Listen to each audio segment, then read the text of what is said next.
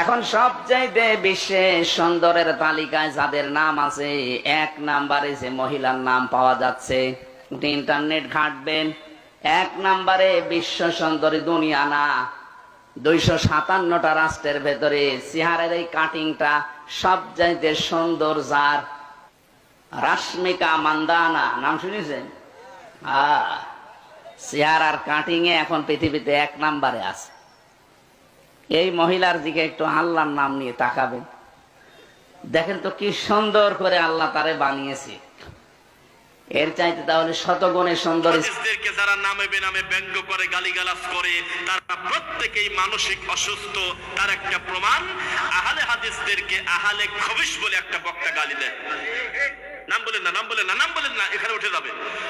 আহলুল হাদিস এত সুন্দর একটি ইসলামিক পরিভাষাকে ব্যঙ্গ করে আমাদেরকে খাটো করার জন্য একটা বড় আল্লামা, বড় হুজুর বলতেছে আমরা নাকি আহলে খবিশ। সেই বক্তাকে যদি এই মাঠে আগামীবার আনতে যান, ৭৯,০০০ টাকা দিয়ে যদি আনতে পারেন তো আমাকে ফোন দিয়ে, হুজুর ৮০,০০০ টাকার ১,০০০ টাকা কম তো নিল, একটু বলেন আমাকে। ৩ বছর আগে দাওয়াত না দিয়ে যদি তার দাওয়াত পান, আমাকে বলেন যে হুজুর এই যে 1 বছর আগে দাওয়াত দিয়ে পেয়ে গেছি, যেটা আপনি পাবেন না। এত বড় হুজুর যখন আহলুল হাদিসদেরকে নিয়ে ঠাট্টা ব্যঙ্গ করলো, আল্লাহ মানুষকে কিভাবে বেইজ্জত করে। সম্মানের মালিক আল্লাহ। এই দেখেন গত কয়েকদিন আগে ও বলতেছে আল্লাহর নাম নিয়ে সুন্দরী মেয়ের দিক বলে তাকালি যায়, বলছে কথা নাকি? সাক্ষী দেন না কেন? কি বলছে আপনারা একজন বললেন, আমি বলবো না। বেজ্জিত কোথা থেকে আসে? আহলে হাদিসদেরকে আহলে খবিশ বলে।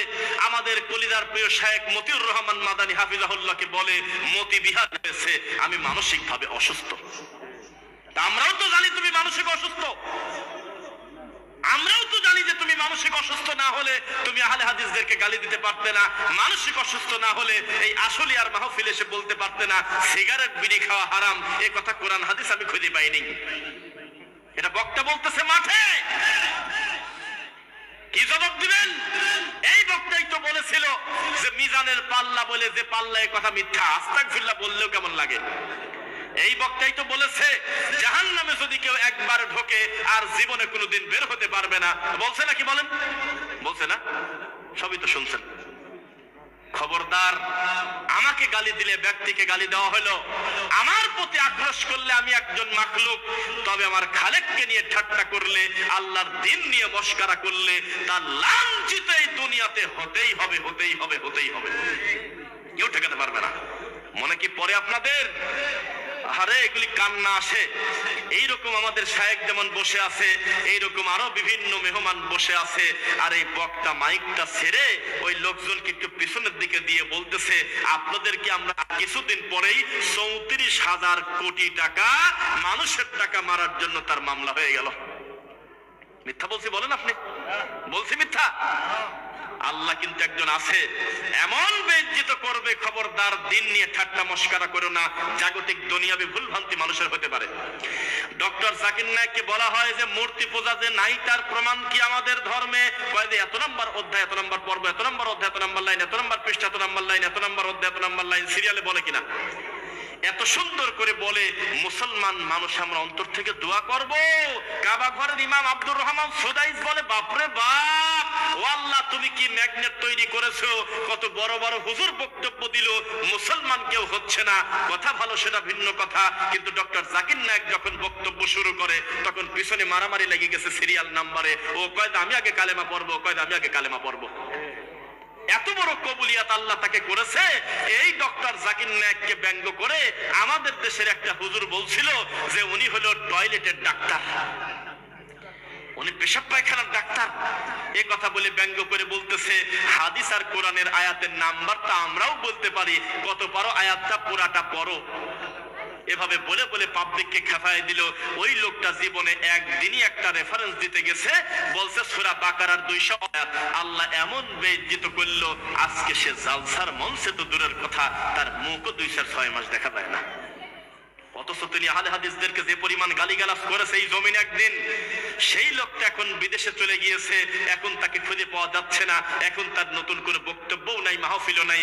আল্লাহ তাকে এমন বেইজ্জত করছে, এখন বর্তমানে তার নাম হলো ২৮৮ নম্বর মুফতি। তোমাকে ব্যঙ্গ করব না, তোমাকে আমি বোঝাচ্ছি যে আল্লাহর পক্ষ থেকে শাস্তি কাকে বলে। এই কুয়াকাটি হুজুর আহলে হাদিসদের কি পরিমাণ ব্যঙ্গ করেছে, গলার কণ্ঠ মিষ্টি। সে বলেছে ডক্টর জাকির নায়েক যদি বাংলাদেশে আসে আমরা এয়ারপোর্ট ঘেরাও করবো। এই সাক্ষী দেন না, কে বলছে? বলছে কথা বলেছে ডক্টর জাকির নায়েক যদি বাংলাদেশে আসে আমরা এই দেওবন্দিরা মিলে আমরা এয়ারপোর্ট ঘেরাও করব। কুয়াকাটি হুজুর এই কথা মুখ দিয়ে বলেছে, তার সামান্য কয়েকদিন পরে ইন্ডিয়ার ল্যাংটা মহিলা এসে ঢাকাতে নাচে গেছে। নাচে নাই? হুজুরের ইমানে খারাপ লাগে নাই। শেষ পর্যন্ত হুজুরের মুখ দিয়ে কি হচ্ছে দেখেন।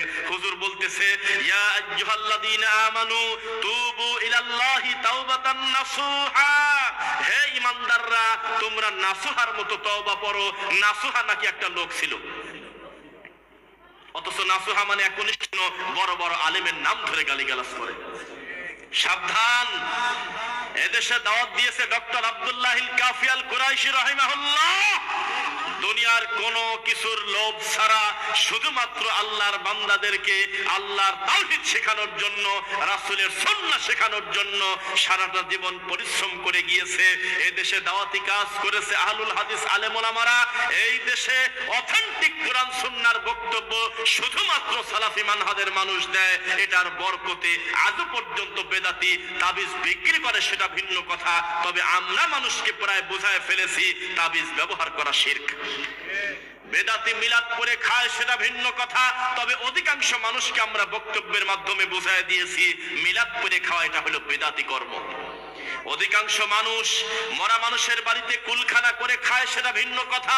তবে আহলুল হাদিসরা চিৎকার দিয়ে বলে দিয়েছে মৃত মানুষকে উদ্দেশ্য করে যদি কোনো খানাপিনার অনুষ্ঠান করা হয় এই অনুষ্ঠানে শরীক থাকাটা হলো বেদাতি কর্ম। আমরা আমাদের কাজ করে যাচ্ছি ইনশাআল্লাহ। বিদাতি আমাদের কথা শুনবে কি শুনবে না তা জানি না। লা তাযালু তাইফাতুম মিন উম্মতি যাহিরিন আলাল হক, আল্লাহর নবী বলেছেন আমার উম্মতের একদল সর্বদা হকের উপরে থাকবে। পরিস্থিতি যতই জটিল হোক না কেন তাদেরকে কেউ ক্ষতি করতে পারবে না। লা ইয়াদুররুহুম মান খাযালাহুম হাত্তা ইয়াতি আমরুল্লাহুম কাযালিক, কেউ তাদের ক্ষতি করতে পারবে না, বের করে দিতে পারবে না। আল্লাহর সামনে তারা জয়ী হয়ে উঠবে ইনশাআল্লাহ। লিল্লাহি তাকবীর। সংখ্যায় আপনারা যাই হন না কেন, তবে আপনাদের একাগ্রতায় আমরা সন্তুষ্ট হয়েছি আলহামদুলিল্লাহ। 2 নম্বর কথা, আলোচনা তো অনেকে শুনছেন আপনারা শুরু থেকে এখন পর্যন্ত, কি বলেন? অনেক কথা শুনেছেন। তা আমাদের ভিতরে পরিবর্তন আসার দরকার আছে কিনা? মাদ্রাসা মসজিদ খালি থাকবে কেন? মসজিদের এই মাথা দেখা যায়, ওই মাথা দেখা যায় না। পাবলিক বলতেছে নারায়ে তাকবীর আল্লাহু আকবার, এই ধ্বনি দিয়ে দেখা গেল 2 বছরের টাকা দিয়ে 4 তলা মসজিদ হয়ে গেছে, কিন্তু ফজরের নামাজে ইকামত দেওয়ার লোক খেতে পাওয়া যায় না। কি হবে এই সৌন্দর্য দিয়ে? আল্লাহর ঘরের সবচেয়ে বড় সৌন্দর্য হলো মুসল্লি। মুসল্লি দিয়ে পূর্ণ থাকবে, এটাই হলো আল্লাহর ঘর। মাদ্রাসাটা কোরআন পড়া ছাত্র দিয়ে পূর্ণ থাকবে, এটাই হলো মাদ্রাসার হক।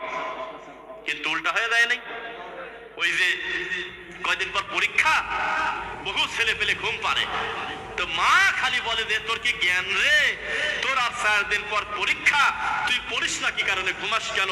তো ছেলে জবাব দিচ্ছে যেহেতু পরীক্ষার টাইম একবারে কাছাকাছি চলে আসলো, পরীক্ষার চিন্তায় বই নিয়ে বসার টাইম পাচ্ছি না। এটা ভালো ছাত্র? এটা ভালো ছাত্র বলেন? এলাকার ভিতরে মসজিদ আছে 5টা 10টা 15টা মসজিদের সমস্ত মুসল্লি এক জায়গা করলে ফজরের নামাজের সময় 3 কাতার লোক হয় না। এটা আমাদের জন্য কষ্টের না সুখের বলেন? সালাত আদায় করবেন বলেন ইনশাআল্লাহ। বিদআতের বিরুদ্ধে, শিরকের বিরুদ্ধে মৃত্যু পর্যন্ত আমরা বক্তব্য দেব, কোনো কথা নাই, সেটা ঠিক আছে। তবে আমাদের সংশোধন হওয়াটা দরকার আছে কিনা? আর আপনাদেরকে বলি খবরদার, ইবলিস জানে যে এই ডক্টর লোকমান হাফিজাহুল্লাহ এই এলাকার মানুষকে সহজে তাবিজ কবজ দিয়ে জাহান্নামে নেওয়া যাবে না, এটা ইবলিস জানে। ইবলিস জানে এই গ্রামের লোক আর যাই করুক মিলাদ করে জাহান্নামে যাবে না, এই গ্রামের লোক আর যাই করুক মরা মানুষের বাড়িতে কুলখানি করে খাবে না, এরা কোরআন বিক্রি করে খাবে না, তাহলে জাহান্নামে নেওয়া যায় কিভাবে? শয়তান একটা সূক্ষ্ম প্রক্রিয়ায় আমার আর আপনার ভিতরে হিংসা ঢোকায় দিছে। হিংসা নাই না? হিংসা আছে? আপনাকে আমি আজকে একটা কথা বলে যাই, আপনার মনের মতো সমস্ত মানুষ হবে সেটা জরুরি না। আপনি শুধু চিন্তা করবেন দুনিয়াবি ভুলভ্রান্তি মানুষ হিসেবে মানুষের সারাটা জীবনই থাকবে, একে অন্যের বিরুদ্ধে বলবে, তবে আকীদা যদি বিশুদ্ধ থাকে, মানহাজ যদি শুদ্ধ থাকে, কোরআন সুন্নাহ মোতাবেক যদি সে আমার দ্বীনি ভাই হয়, তাহলে দুনিয়াবি ভুলভ্রান্তি চিরদিন মানুষের থাকবে। এক ভাই আরেক ভাই কামড়া কামড়ি করবো না আমরা, ইনশাল্লাহ পড়েন। আর এক শায়েক যখন আরেক শায়েকের বিরুদ্ধে বক্তব্য দেয় বড় শায়েকরা, তখন আপনি মাঝখান থেকে ফায়দা নেওয়ার জন্য একজন শায়েককে বড় করতে গিয়ে আরেকজনকে খাটো করবেন না, আল্লাহর উপরে ছেড়ে দিবেন, তাদের জন্য দোয়া করবেন, আল্লাহ আমাদের শায়েকদের তুমি মিল মোহাব্বত তৈরি করে দাও, আল্লাহ আমরা তো সব একই। কিন্তু আপনি যদি একজন শায়েকের পক্ষ নিয়ে আরেকজন শায়েকের গায়ে টিক চিহ্ন দিয়ে আরেকজন শায়েকের ক্রস চিহ্ন দিয়ে ফেসবুকে পোস্ট দেন, তখন আমাদের দুঃখ লাগে। কুকুরও তো কুকুরের মাংস খায় না, আপনি একটা শায়েককে অপমান করলেন কেন? একজন সম্মানী আলেমকে অপমান করলেন কেন? একজন মাদানী আলেম সম্পর্কে কটু মন্তব্য করবেন কেন? তিনি মানুষ, তার ভুল হতে পারে, আপনি তার জন্য কল্যাণের দোয়া করেন, সংশোধনের চেষ্টা করেন, কিন্তু অন্তত এই কাজ করবেন না অমুকের বাড়িতে আগুন লাগছে আমি বাড়ি থেকে লেপ খাতা নিয়ে ঢেকে দেব, এটা হবে না। লেপ খাতা নিয়ে আরো আগুন জ্বালায় আরো বেশি, বোঝা কি যাচ্ছে? সুতরাং রাত যেহেতু অনেক হয়ে গেছে, আমরা আপনাদেরকে আর কষ্ট দিতে চাচ্ছি না। যত প্রোগ্রাম আমরা টাঙ্গাইল বা আশেপাশের এলাকাতে করি, আল্লাহ সুবহানাহু ওয়া তাআলার ইচ্ছায় আমরা খুব অল্প সময়ে মূল কথা বলার চেষ্টা করি। আমাদের শ্রোতাগুলো সেরকম তৈরি হয়েছে আলহামদুলিল্লাহ। আমরা কোন চলচ্চিত্রের গল্প, কার চেহারা কেমন, কার দিকে ধরো মারো কাটো, কে কিভাবে বিড়ি খায়, কে কিভাবে গান বলে, অমুক কাফের অমুক খ্রিস্টান অমুককে ধরো মারো কাটো, এই নোংরা বক্তব্য আমরা দেই না। এই যে সামাজিক জাহেলিয়াতের ব্যাপারে যে কথাগুলো বললাম, কিছুই যদি মনে না থাকে আমি আরেকবার মনে করাই দেই, পুরুষ মানুষ জীবনে কোনোদিন টাকনো ঢেকে কাপড় পরবেন না, বলেন ইনশাল্লাহ। কথা বলেন ইনশাল্লাহ। কোনোদিন পুরুষ মানুষ স্বর্ণ ব্যবহার করবেন না, বলেন ইনশাল্লাহ। জীবনে কোনোদিন বাচ্চাকে মিথ্যা কথা বলে তাকে ঘুম পাড়াবেন না, আল্লাহর ভয় দেখাবেন ইনশাল্লাহ। জীবনে কোনোদিন নিজের ছেলেকে কোনোদিন মিথ্যা বলে সান্ত্বনা দিবেন না, সত্য বলে কষ্ট পাক তবু সত্যই বলে দিবেন। জীবনে কোনোদিন নিজের ছেলে মেয়ের বিবাহ দেরি করবেন না, সামর্থ্য থাকলে বিয়ে দিয়ে দিবেন ইনশাল্লাহ। খবরদারে কথা বলবেন না যে আমার ছেলে আমার এখনো বাচ্চা, আপনার কাছে বাচ্চা কিন্তু অন্যান্য মানুষ জানে যে আপনার ছেলে কি জিনিস।